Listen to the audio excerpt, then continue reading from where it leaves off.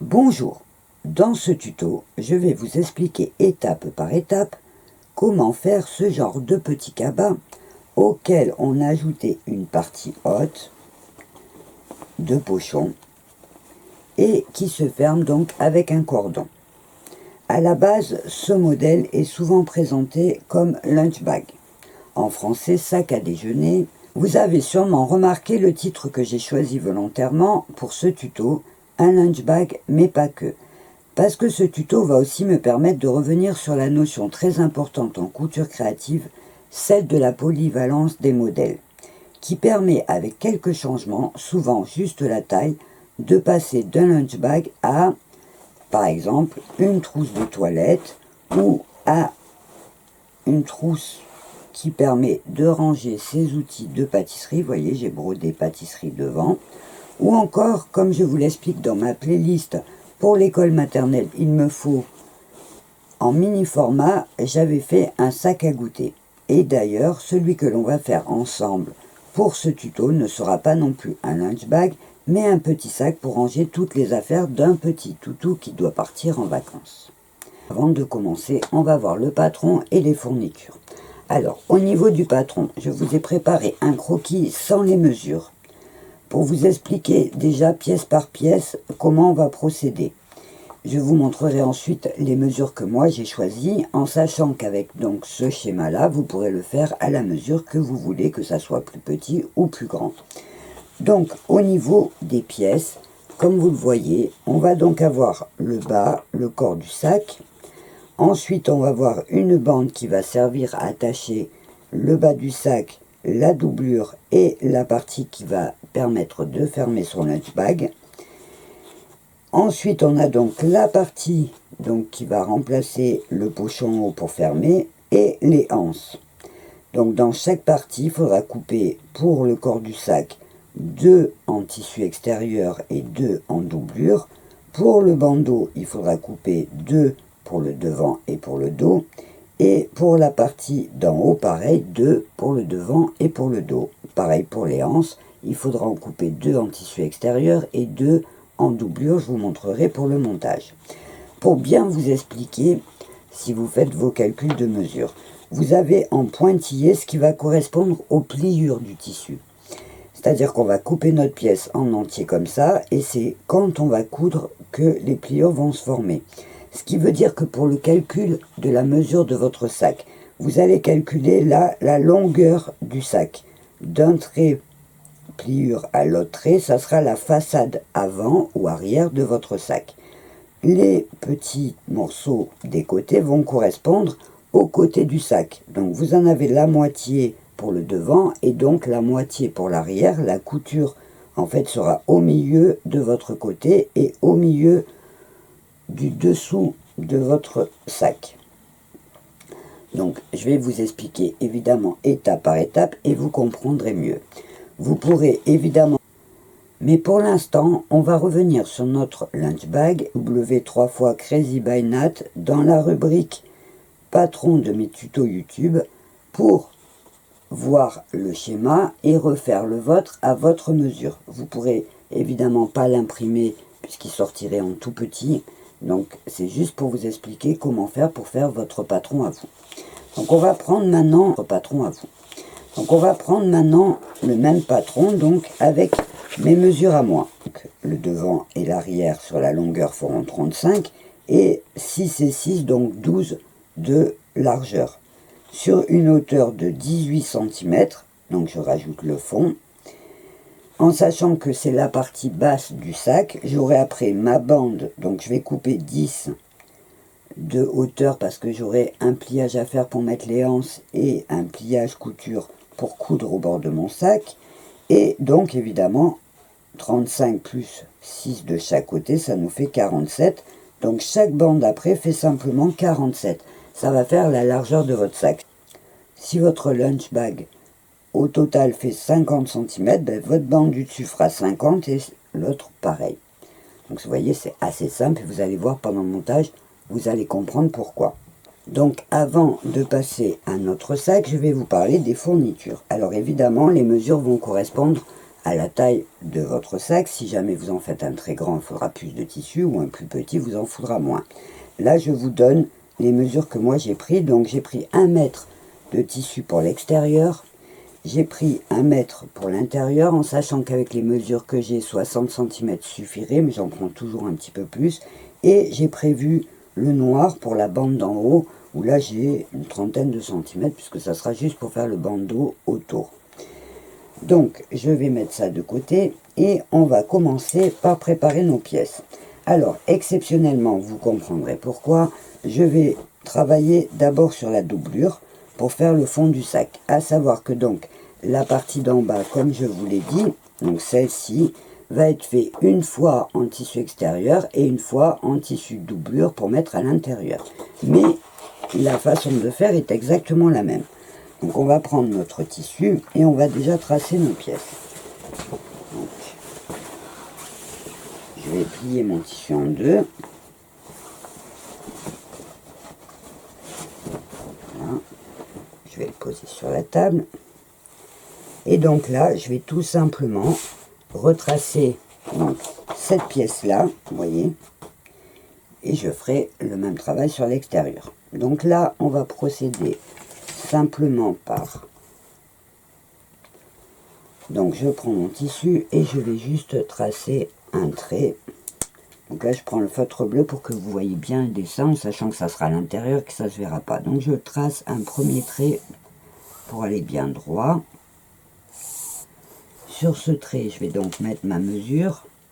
Donc, ça va faire 35 de large. Donc 35. Je vais descendre un petit peu pour que vous voyez bien. Donc tout simplement, je mets 35. 35. Ensuite, j'ai mes deux côtés de 6. Je rajoute donc mes deux côtés. Je vais descendre tout droit. Donc là, je me fie au trait de ma règle pour tracer droit. Et donc, je descends tous mes traits. D'un côté et pareil de l'autre. En sachant donc que votre schéma ne compte pas les marges couture, c'est ce qu'on fera en découpant. Donc là, j'ai tracé, vous voyez, je vais donc mesurer ma hauteur, ça va faire la première partie 18 cm.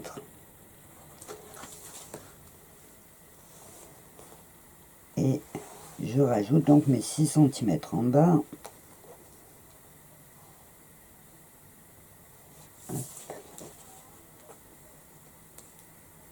Voilà.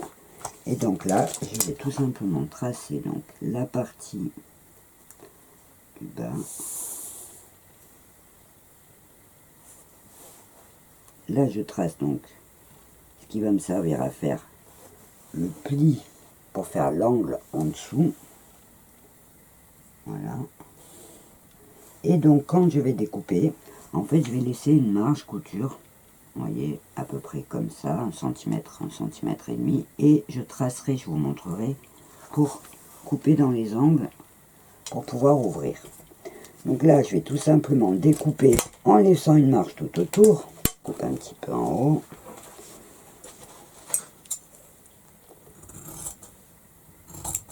Alors moi, pour l'intérieur, j'ai choisi un tissu qui est un petit peu glacé.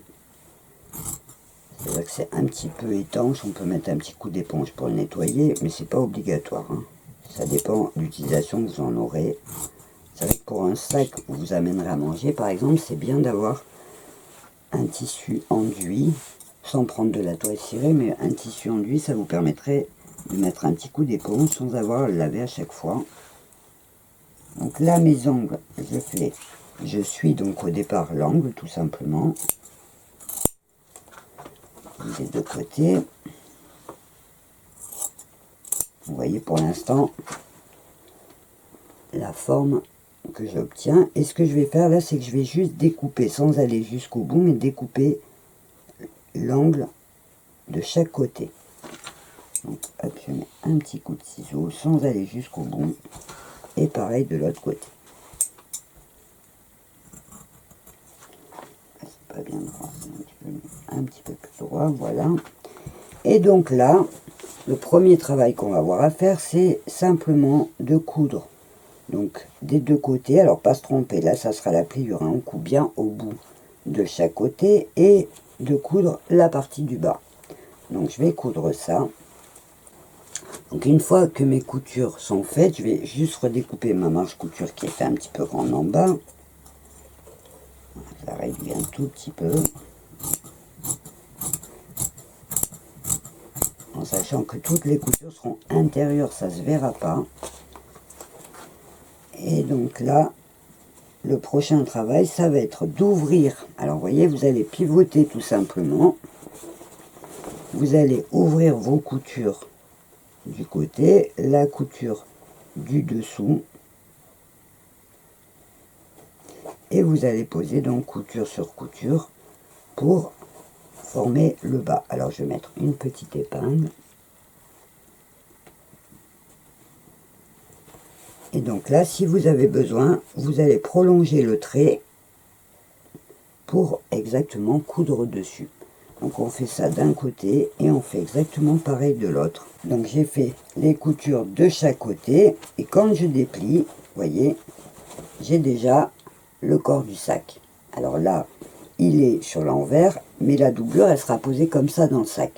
Alors pourquoi j'ai commencé par la doublure, pour vous expliquer le montage, c'est tout simplement parce que pour gagner un petit peu de temps, j'avais préparé ma partie extérieure, donc qui est exactement le même montage, vous voyez, j'ai fait pareil quand je le mets sur l'envers, exactement la même forme, le même travail, mais vraiment à l'identique, tout simplement parce que j'avais préparé la façade avec la photo du petit toutou et une broderie que j'avais fait à l'avance pour gagner du temps. Alors pour celles qui sont intéressées, il existe le tuto qui explique la technique du transfert photo sur tissu dans la playlist technique de couture créative. Donc en fait on imprime sur un papier spécial, papier transfert, la photo avec son imprimante.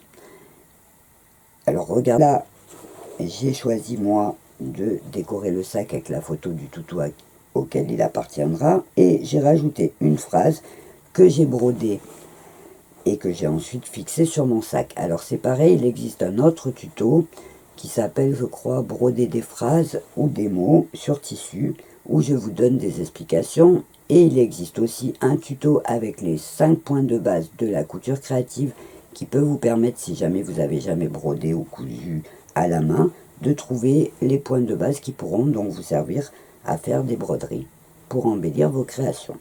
Donc, on va dire que les parties du bas sont faites toutes les deux, mais en fait, on va monter toutes les parties pour ensuite les assembler. Alors, ce qu'on va faire, c'est qu'on va mettre la partie devant de côté et la doublure de côté. Et on va continuer à préparer nos pièces. Alors, pour la partie qui va me servir de pochon, donc on n'est pas obligé de le faire dans l'ordre, hein, c'est la partie qui va me permettre de fermer mon sac. Je vais prendre donc la bande d'en haut. Donc elle doit faire 47 cm par 22 chez moi. En fait, la largeur de votre sac. Alors, si jamais vous avez un doute, pour être sûr, ce que vous pouvez faire, c'est tout simplement, une fois que votre doublure est faite, qui doit être exactement à la même taille que votre intérieur, vous voyez, quand vous faites ça, il faut que ça soit vraiment exactement pareil, puisqu'on va coudre tout ensemble ensuite. Donc là, ils sont identiques, et vous allez prendre votre doublure, vous allez la poser, et vous n'aurez plus qu'à tracer au bout de vos coutures pour avoir exactement la même mesure. Donc là, je vais tracer ma bande. Alors, je vais tracer un trait droit toujours en haut, parce que vous voyez, mon tissu fait un peu une bosse, donc je retrace un petit trait droit.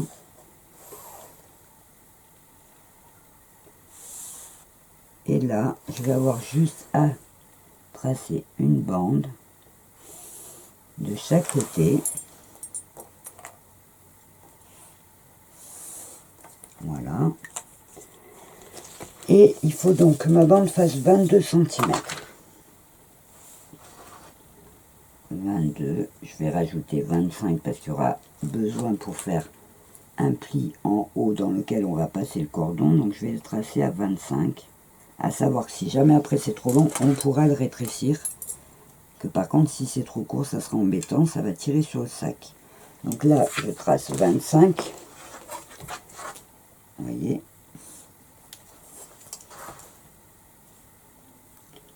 tout simplement, c'est 2 rectangles. Voilà, et là donc je vais découper en laissant toujours ma marge couture.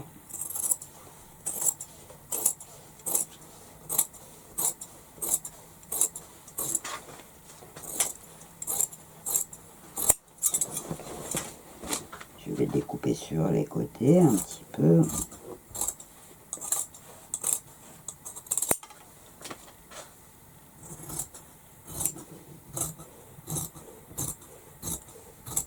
Voilà. Et je vais juste faire une couture donc de chaque côté. La couture est faite, donc je coupe mes fils pour faire propre. Et là, pour finir cette partie-là, la seule chose que je vais avoir à faire, c'est d'ouvrir mes coutures. Alors, je mets comme ça, j'ouvre. Alors, suivant le tissu, on repasse. Hein, là, ce tissu-là, il suffit que j'aplatisse comme ça, vous voyez, avec l'ongle. Donc, j'ouvre de chaque côté mes coutures. Voilà.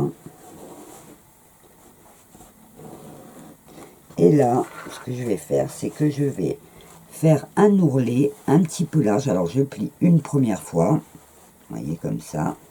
Et je vais plier une deuxième fois, tout simplement pour faire un ourlet dans lequel je vais passer les cordons. Alors, par contre, ce que je vais faire, c'est que je vais épingler mon ourlet pour que ça soit bien droit. Et je commencerai mes coutures en laissant une ouverture sur chaque couture. C'est-à-dire que là, je laisserai un trou d'à peu près 1 cm, 1 cm et demi pour en fait faire sortir le cordon et faire un nœud. Donc, je fais mon rentrée. Alors, si vous avez besoin, si le tissu est plus souple, vous pouvez le faire au fer à repasser aussi pour préparer, vous voyez, que j'ai plus qu'à piquer et que ça soit droit. Voilà. Donc là, pour finir de préparer cette pièce, je vais faire ma couture. Donc comme je vous ai dit, je vais partir après la partie couture et je vais faire un côté jusque là, je m'arrête, et pareil de l'autre côté, je vais faire de là à là et je m'arrête. J'ai donc fait mes 2 coutures, vous voyez, qui s'arrêtent. Alors j'ai l'ouverture ici et l'ouverture ici, c'est où on passera le cordon. Et donc la partie, on va dire pochon, le haut pour fermer le sac, vous voyez, c'est ce qui va faire comme ça. Et terminé. Donc je vais la mettre de côté pour l'instant. Et on va préparer donc la dernière bande qui correspond au tour du sac avec les anses. Donc là, j'ai choisi de prendre ce tissu noir parce qu'il brille pas. Donc on va tracer donc la même largeur, toujours 47. Alors, je vais prendre ma craie, ça se verra mieux sur le noir. Et donc là, pareil, je ne vais pas m'embêter pour être sûr que je sois toujours à la bonne largeur. Ce que je vais faire, c'est que je vais reprendre ma doublure et je vais tracer les traits le long des coutures. Ça fait que déjà, j'aurai exactement la même largeur. Donc je vais tracer les traits pour descendre.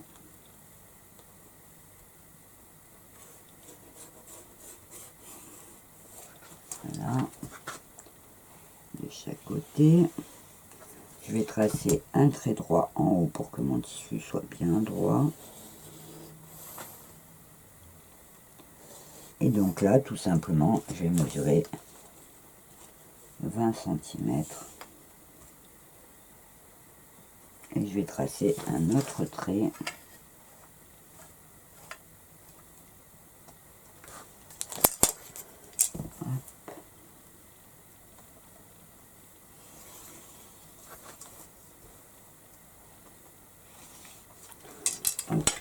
Je vais déjà découper mes côtés. Alors juste le temps qui chauffe. Donc ça, on va pouvoir déjà faire les coutures des côtés. Donc comme on a fait jusqu'à maintenant, tout simplement. Une fois que ma bande est cousue sur les côtés, alors là je vais mettre un petit coup pour bien aplatir. Là, ce que je vais faire, c'est que je vais prendre la mesure du milieu. Donc, moi, j'ai 24 cm et je vais tracer au milieu, donc 24 divisé par 2, ça va me faire 12. Donc à 12 cm, je vais tracer un trait. À 12. Pour faire ma bande, en fait, vous voyez, je vais la couper en deux. Alors, je ne l'ai pas préparée séparément parce que là, il va falloir vraiment qu'elle soit à l'identique. Donc ça va me permettre d'avoir vraiment la sécurité de ne pas me tromper d'1 millimètre puisque ça sera exactement les mêmes. Donc là, je vais tout simplement couper cette grande bande en deux. Voilà.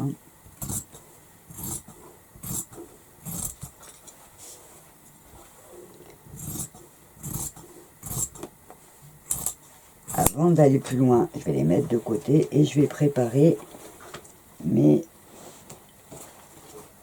anses. Donc pour les anses, je veux qu'elle fasse 4 cm et demi par 35 de long. Donc je vais tracer sur mon tissu 35 cm de long. Donc ça, à la longueur, ça bouge pas. Je fais même un peu plus long, c'est pas grave. Et par contre, pour qu'elle fasse 4 cm et demi, vu que je vais plier chaque côté, vous voyez, comme ça, vers l'intérieur, sous la doublure, donc je vais tracer 9 cm. En fait, je fais le double. Donc 9 cm, et comme j'en trace 2, ça me fait 9 et 18. Là, je vais tracer.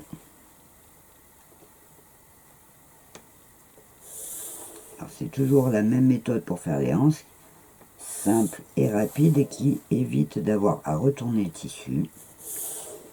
Donc, je trace mes bandes. Tout simplement, je les découpe. Donc, une première.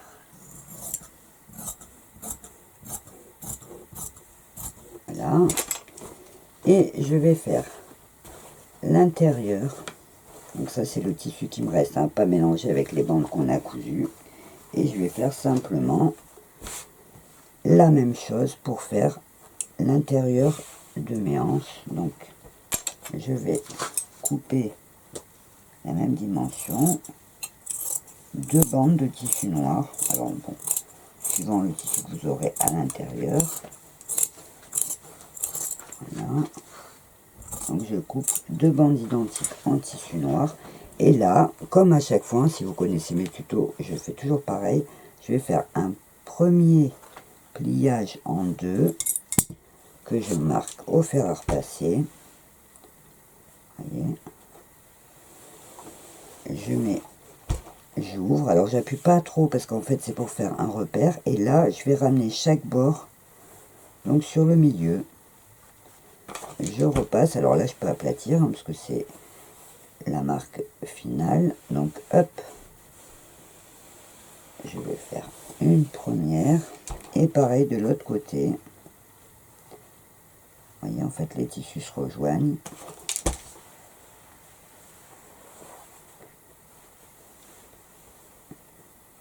Alors on peut faire le tissu plus large, faire une couture et retourner, mais comme de toute façon je veux faire mes hanches à 2 couleurs, c'est la technique que je trouve plus rapide. Donc je fais pareil pour mon tissu noir, voilà, et là je vais tout simplement poser mon tissu noir sur mon tissu et je vais faire une piqûre tout au bord pour attacher les deux tissus ensemble, ce qui fait que j'aurai la hanche à l'extérieur avec mon tissu et à l'intérieur avec ma doublure. Donc là je vais faire une piqûre de chaque côté au bord et je ferai pareil pour la deuxième. Voilà, j'ai donc les deux hanches et